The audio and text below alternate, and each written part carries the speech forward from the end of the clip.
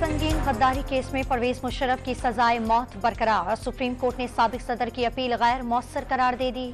Peshawar high court में intra party election case की समाअत, तमाम फरीकैन के दलाइल मुकम्मल, अदालत ने फैसला महफूज कर लिया, कुछ देर बाद सुनाया जाएगा।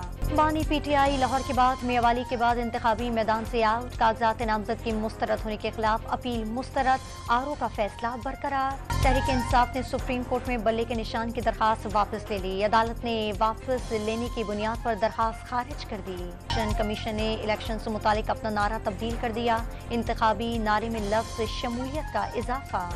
एमक्यूएम की कराची के हल्का NA 242 पर सीट एडजस्टमेंट की खबरों की तरदीद, मुस्तफा कमाल एमक्यूएम के उम्मीदवार होंगे, खालिद मकबूल सिद्दीकी का बयान।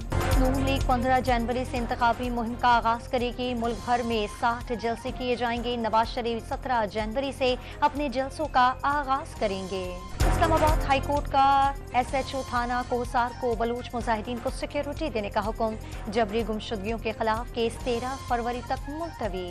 मौसमियाती तब्दीलियों के बाइस पाकिस्तान को शदीद मुश्किलात का सामना करना पड़ा, $30 अरब से जायद नुकसान हुआ, निगरान वज़ीर-ए-आज़म का तकरीब से खिताब। इंतखाबात करीब आते ही मोदी सरकार के ऊंचे हथकंडों में इजाफा, भारत ने पाक फिजाइया के ऑपरेशन स्विफ्ट रिटार्ट को मोदी की कामयाबी करार दे दिया।